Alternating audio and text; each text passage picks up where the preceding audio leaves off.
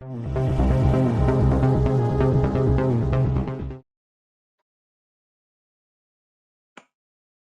this time, I'll call the October 6th, 2022 meeting to order for the Dixon County Commission. Would you please stand and join in the flag salute? Pledge allegiance to the flag of the United States of America and to the republic for which it stands, one nation, God, indivisible, with liberty and justice for all.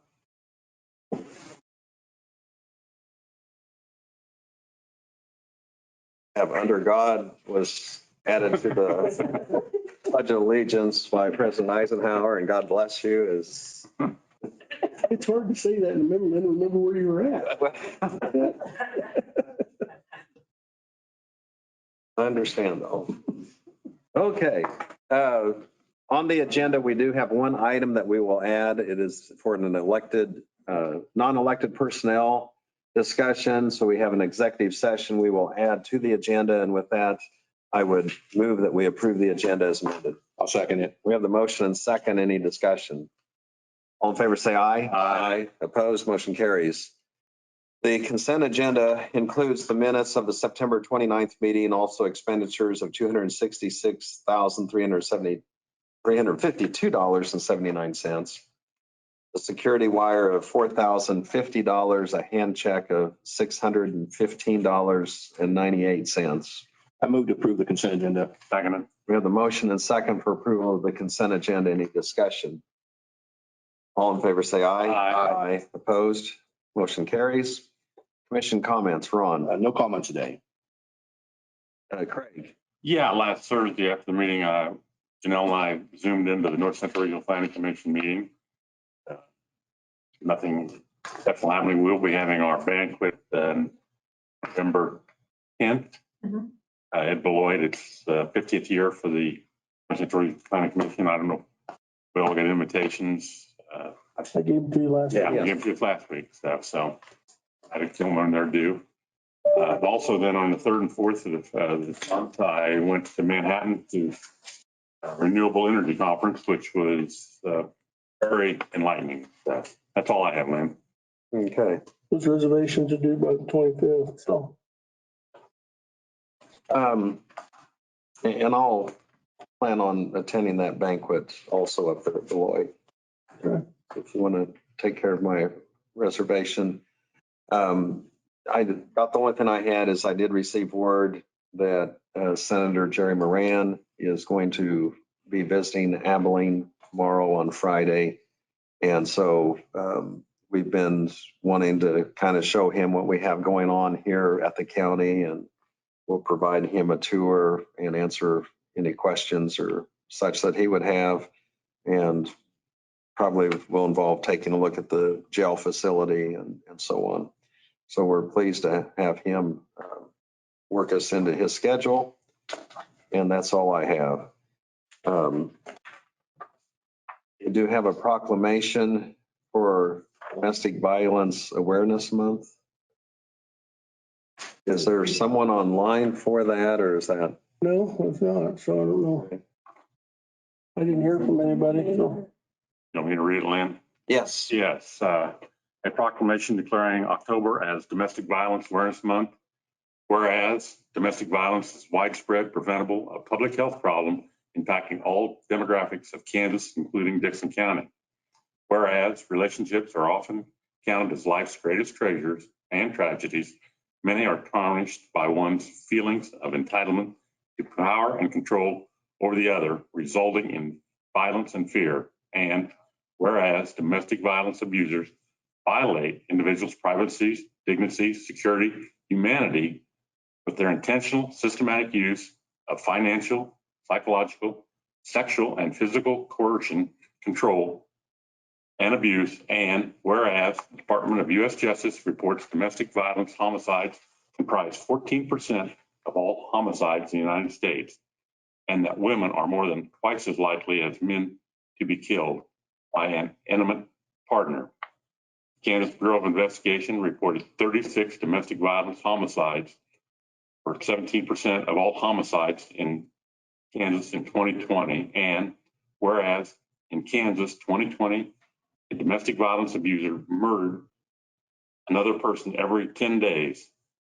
A domestic violence abuser committed a violent act reported to law enforcement every 22 minutes, and law enforcement made an arrest due to domestic violence every 43 minutes. And whereas since October 2021, DVAC served 915 victims within our 10 counties, and yet these numbers do not actually reflect the total number of domestic violence victims, as many were continuing struggling against isolation and other impacts of COVID-19. And whereas we, as a governing body of Dickson County, recognize this violence is inconsistent with our county values and cannot be ignored, excused, or tolerated. And whereas in declaring this month, October as Domestic Violence Awareness Month, we encourage all citizens to know the facts about domestic violence, familiarize themselves with resources to recognize subtle signs of control tactics, to act as safe support systems, to speak up against potential perpetrators of violence, and any message that inadvertently condones domestic violence, to get involved, teach others, and prepare future generations for healthy relationships, and donate time or resources to their local violence agency. Now, therefore, we, Dickson County Board of Commissioners, do hereby claim October 2020 as Domestic Violence Awareness Month in Dickson County. Be it so proclaimed on the 6th day of October 2022. Okay, thank you.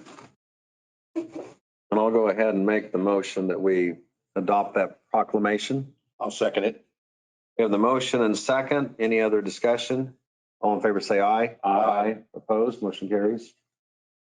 And I know DVAC does reach out to Dickinson County and they have people that are a support group, you might say, here in Dickinson County, and with law enforcement agencies and so on. So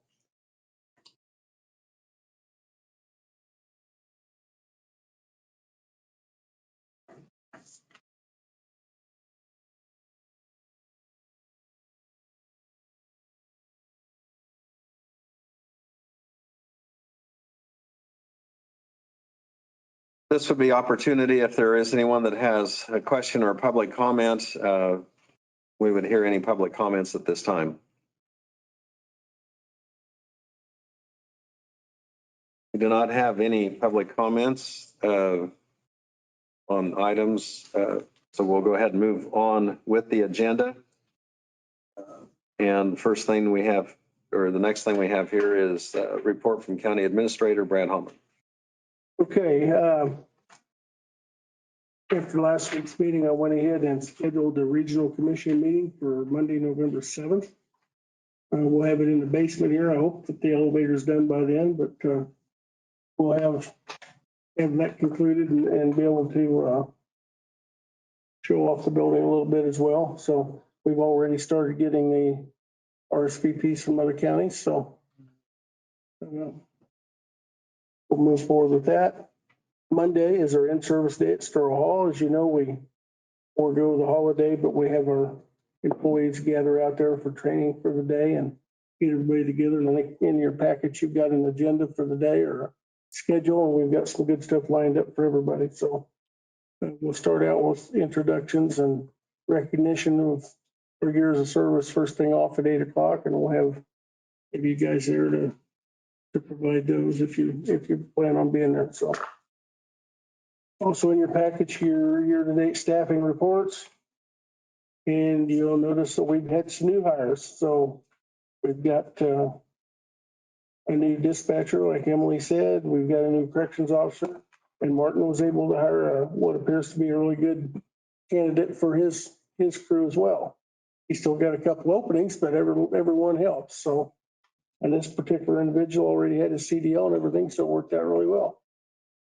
And then we've had one person leave corrections and move back to where her parents are at. So we lost one, which is down from in the past. So it's a pretty good month that way.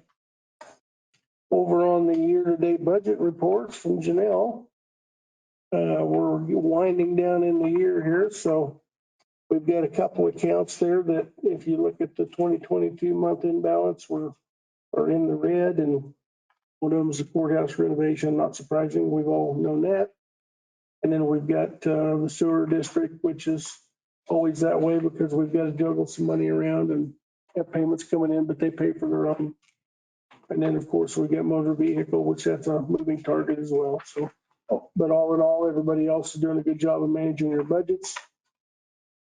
On the sales tax, kind of a strange but pleasant surprise that the month of July came in at almost 25% more than the average of the other months. We're at 198,500. So I have no idea how to explain that, but I like it. So we'll continue taking it. The previous month was, as you see, was 146.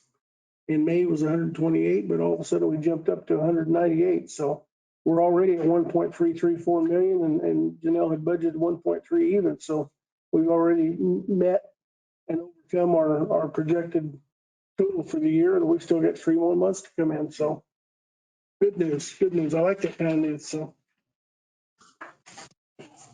And then you get a letter of appreciation in your packet. I gave you a copy that we received from the Historical Society and their board of directors expressing their appreciation for the budget money that you had given them, and talks a little bit about the different uses that ways that they put it to good use. It sounds like they're doing great things down there, and things have really smoothed out. And I know they just had their Heritage Days recently that was all appearances of huge success, and they're really getting things back on a positive track. So, and I guess that's all I've got.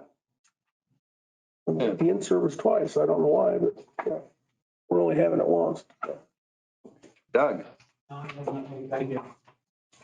I will mention that earlier in our work study session, we did have Emily Nichols. She is our 911 communication director, gave us an update on what's going on, talked about some of the continuing education that they do, some of the challenges they do, but also some of the new technology, how they can utilize that. And then also Jeannie Livingston, our clerk, we made a quick trip down to her office and looked at the new voting machine, and it's just state of the art. And elections are certainly important to us, and the accuracy and the training and preparation. So it is great to see that new piece of machinery that we have there. I don't believe notices and communications. We do have our letter from the county news, also North Central Kansas relocations, or they gave us information about the relocation program that they are launching, and some of the area things going on. Would there be anything else that anyone else would want to bring up or was aware of through emails or conversation on notices and communications? We'll go ahead and move on. We do not have any resolutions or unfinished business. Under other business, we have an application to consider, and this is for property tax relief on behalf of John and April Barker. And so, Brad, you have the information regarding that, if you would. Yes, this is an application from John and April Barker for property tax relief. They unfortunately had a fire at their residence of 103 Wassinger Avenue in Abilene on the 15th of July that substantially damaged their home. And it meets the criteria of the statute that ironically is not very old, and I'm sure was passed by Representative Barker in office. So he probably never thought that in the wildest dreams that he would ever have to apply for that and utilize that himself. But it does meet the criteria of abating the property taxes under that statute, and we would recommend that be approved. And procedurally, that's just something that takes place when we do have a fire where a property is damaged significantly. Right. And so procedurally, this is just something we do and it's not anything out of the ordinary. And as Brad mentioned, it's, sadly an unfortunate circumstance when anything like this does come up. And so we need a motion then to officially proceed with this application for property tax relief on this property. I'll make that motion. Second. We have the motion and the second. Any other discussion? All in favor, say aye. Aye. Opposed? Motion carries. And Brad, just kind of informational, but if, whether it's they or any other family, if they then rebuild on the property and then once that property is brought up to being inhabitable and so on, I mean, that's when it goes back on the tax rolls. Yeah, this abatement, I think, is for up to 3 years, but if they get the property rebuilt in the meantime, the appraiser's office will go out and notice that and they'll appraise it based on the value of whatever's there.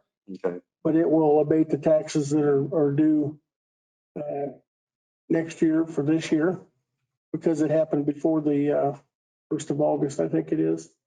So, and essentially, I mean, they didn't have their house for half a year, so you're giving them a break on the full year's worth of taxes because they couldn't live in it and didn't have it there. So, and hopefully, I mean, the goal is that they'll rebuild and we'll continue to have property in the future that is taxable. Well, and with all the issues of builders and materials and so on, but I guess that's one reason you have insurance too, is because that helps carry over and gets people through some of those tough times as far as the rebuilding part. Okay, we do not have anything else other than our executive session, and we'll go ahead and start the. No. Oh, yes, we need to vote on that. Oh, We did. yes, We did. property, yeah, Okay, yes. We voted on it, but then I made the comment after the Oh, vote, okay. which Yeah. typically is before, so that's what kind of threw things off. But we will need to vote to go into executive session, and I would so move that we do have executive session for 25 minutes, starting at 11:20. And the purpose is for non-elected personnel discussion. It would include the commission and Brad and also Janelle.